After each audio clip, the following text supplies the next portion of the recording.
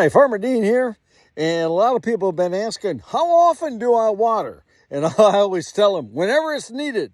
But let's be realistic about it. There's two things about watering you should know. One is water them really heavy and not often, okay? Because what you're trying to do is you're trying to get those roots to go down. If you water plants every day, then the roots stay at the top.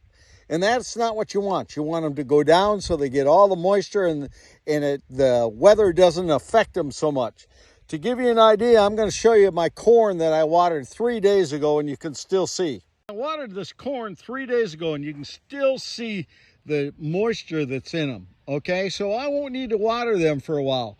But on the same hand, if you look at my other plants right here, they all need to be watered. They're starting to wilt just a little bit. That's when I can tell whether they need to be heavy watered.